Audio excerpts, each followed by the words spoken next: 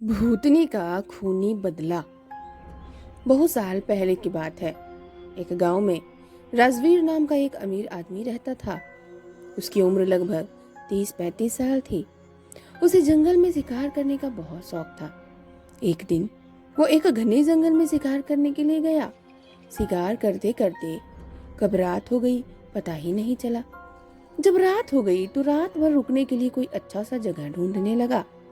उस जंगल के बाहर एक बहुत बड़ा बंगला था और उसमें भी एक शंभू नाम का अमीर आदमी रहता था और उसे भी शिकार करने का बहुत शौक था। वह रोज सुबह शिकार पर जाता और शाम को अपने बंगले पर आता और रात को दारू पी के सो जाता। रोज का उसका यही दिनचर्या था। उस बंगले का रखवाली करने के लिए एक नौकर रखा था जिसका नाम रामू था। रामू अपने परिवार के साथ उसी बंगले में रहता था।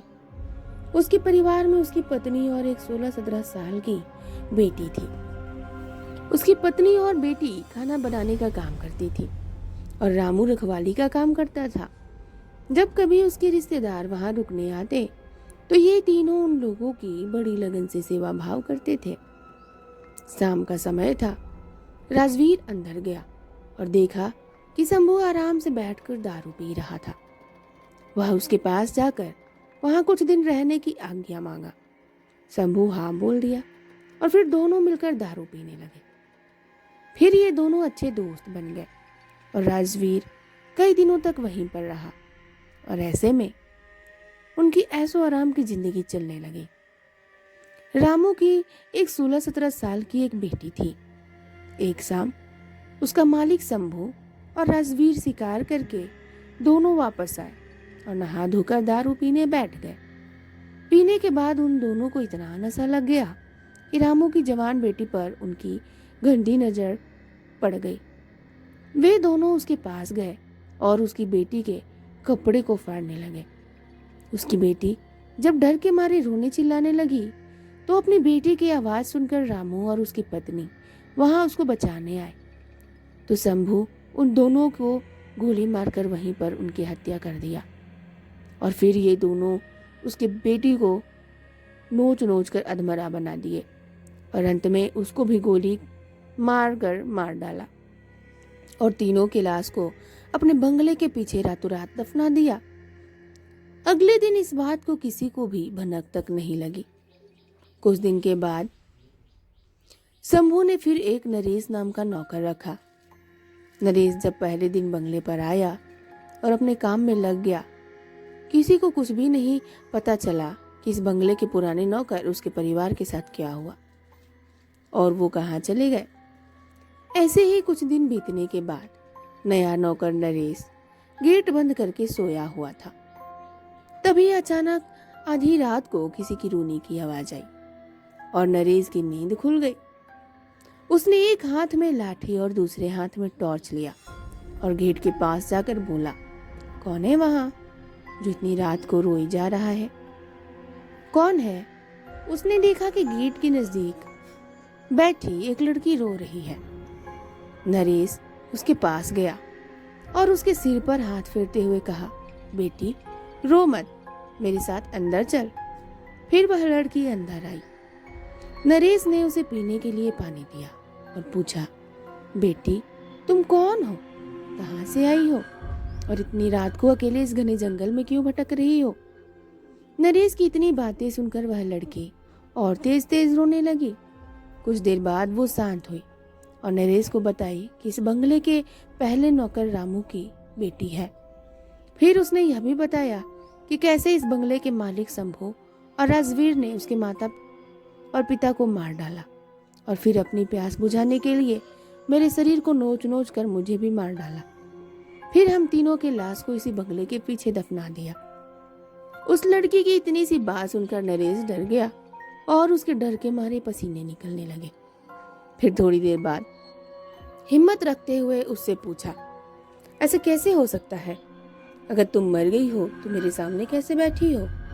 नरेश की यह बात सुनते ही वह लड़की अचानक गायब हो गई और थोड़ी ही देर बाद उसी कमरे के दीवार पर उल्टा लटक गई। नरेश यह सब देखकर पूरी तरह से थरथराने लगा और फिर अचानक वह लड़की नरेश के सामने आकर बैठ गई और बोली, चाचा अब डरिए मत, मैं आपके साथ कुछ भी बुरा नहीं करूंगी। उसकी बातें सुनकर नरेश का डर धीरे धीरे शांत हो गया और माथे पर आए पसीने को अपने गमछे से पोंछ लिया। फिर उसी रात को उस लड़की ने नरेश को वह जगह दिखाई जहां उन तीनों को दफनाया गया था। नरेश ने कुदाल से खोदकर उन तीनों की अस्थियों को निकाला और फिर उस लड़की से वादा किया कि वह उसका मालिक शंभू और राजवीर के खिलाफ कोर्ट जाएगा और उस लड़की को इंसाफ दिलवाकर रहेगा। नरेश की बातें सुनकर वह लड़की रोते हुए बोली, चाचा आपको कुछ नहीं करना है, उस राक्षस से तो बदला मैं लूंगी, बस आप मेरी थोड़ी सी मदद कर दीजिए। फिर क्या? उस लड़की के बताए अनुसार नरेश ने बीमारी का बहाना बनाकर उस बंगले की नौकरी छोड़ दी और उस लड़की से किए हुए वादे के अनुसार उसके माता पिता के अस्थियों को जला दिया और उन दोनों के नाम पर पूजा पाठ भी करवाया। उन दोनों की मुक्ति हो गई, लेकिन लड़की के कहे अनुसार नरेश ने न लड़की के अस्थि को जलाया और न ही उसके क्रियाकर्म के लिए कोई पूजा पाठ ही किया, क्योंकि उस लड़की ने कहा था कि अगर उसके लिए भी पूजा पाठ हो गई तो वह इस भूतही शरीर से मुक्त हो जाएगी और फिर उस दरिंदे से अपना बदला नहीं ले पाएगी। समय बीतता गया। कुछ महीने बाद शंभू ने फिर एक नया नौकर ढूंढने की कोशिश करने लगा, लेकिन उस बंगले में कोई दूसरा नौकर आने को तैयार ही नहीं होता, क्योंकि नरेश दिन रात वहीं घूमता फिरता रहता और नए आने वाले नौकर को उस बंगले की भूत वाला कहानी सुनाकर भगा देता। कभी कभी वह लड़की भी आने वाले नए नौकर को भूत बनकर रात के समय में अजीब अजीब आवाजें निकालकर डरा देती और वे डर के मारे भाग जाते। फिर दूसरे दिन रखवाली करने नहीं आते। उस बंगले पर ऐसे ही रोज कितने शिकारी आते, दारू पीते, मौज मस्ती करते, लेकिन जिंदा वापस कभी नहीं जाते, क्योंकि वहां आने वाले हर शिकारियों से उसको सख्त नफरत हो गया था। कभी कभी वो लड़की एक सुंदर रूप बनाकर जंगल में जाती और दूसरे शिकारियों को अपने जाल में फंसाती और शाम को उस बंगले में ले आती और रात को अपने असली रूप में आ जाती और उसे चीर फाड़ कर मार डालती और उसका खून पी जाती। ऐसी घटना कितने दिनों तक चलती रही और बंगले में मरने वाले शिकारियों की मौत एक रहस्य ही बनी रही। अगल बगल के लोगों के लाख कोशिश करने के बाद भी न हत्यारा पकड़ में आता और न ही उनकी लाश। धीरे धीरे यह खबर आसपास के क्षेत्रों में फैल गई कि जंगल के पुराने बंगले में ठहरने वाले हर शिकारी की मौत हो रही है। 5-6 वर्ष बीत गए और अब वह बंगला खंडहर हो गया था, क्योंकि अब किसी में भी इतनी हिम्मत नहीं थी कि वहां रात को ठहरे। आखिर किसको अपनी जान की परवाह नहीं होती। ऐसे ही बहुत दिन बीत गया और वो भूतनी उसी बंगले में रहकर अपने हथियारों का इंतजार करती थी। दिन में उधर आने जाने वाले लोगों को एहसास होता था, क्योंकि वह हमेशा रोती रहती थी पर किसी को दिखाई नहीं देती थी। फिर उसने शहर और गांव में घूम घूम कर ढूंढने की कोशिश करने लगी। 2-4 दिन बाद की मेहनत के बाद एक गांव में अपने दोनों हथियार शिकारी को पहचान ली और उसी दिन शाम के समय एक बहुत सुंदर लड़की के रूप बनाकर उसके आसपास गई। दोनों को अपने सुंदरता में फंसा लिया। ऐसे उसने 2-3 दिन लगातार उन लोग से मिलती रही और पूरी तरह से अपने जाल में फंसा लिया। वे दोनों उसके आगे पीछे घूमने लगे। जैसा बोलती थी वैसा वे दोनों करते थे। फिर एक दिन लड़की बोली, क्यों ना हम लोग किसी दिन जंगल में शिकार पर चले। वे दोनों बोले, ये तो बहुत अच्छी बात है, चलो। दोनों अच्छी तरह से उसकी माया जाल में फंस चुके थे। फिर दूसरे दिन ये तीनों जंगल की ओर निकल पड़े। दिन भर शिकार के साथ साथ मौज मस्ती भी किया। फिर शाम होने लगी। शंभू और राजवीर उस लड़की से बोले, अब सूर्य ढलने लगा है और थोड़ी देर में रात हो जाएगी, हमें घर वापस चलना चाहिए। तभी भूतनी बोली, डरो मत, आज रात हम यहीं ठहर कर जंगल का आनंद लेंगे। राजवीर बोला, यहाँ कैसे रुक सकते हैं, यहाँ तो आसपास कोई घर भी नहीं है। भूतनी उसकी बात सुनी तो मुस्कुराने लगी और बोली, तुम लोग चिंता मत करो, मेरे एक दोस्त का इसी जंगल में एक छोटा सा घर है, हम वहां पर रुक जाएंगे। दोनों उस भूतनी का बात मान लिए और उसके कहने पर वहां चले गए। रात को पार्टी शुरू हुई अब भूतनी अपनी डरावनी और भयंकर रूप में उन दोनों के सामने आई। उसको इस रूप में देखकर दोनों के पसीने निकलने लगे। ऐसा रूप देखकर अच्छे अच्छे की पैंट गीली हो जाती है। फिर वो क्या चीज थे। फिर भूतनी ने ग्लास में जूस की बजाय खून भरकर उन दोनों दुष्टों को पिलाना शुरू किया।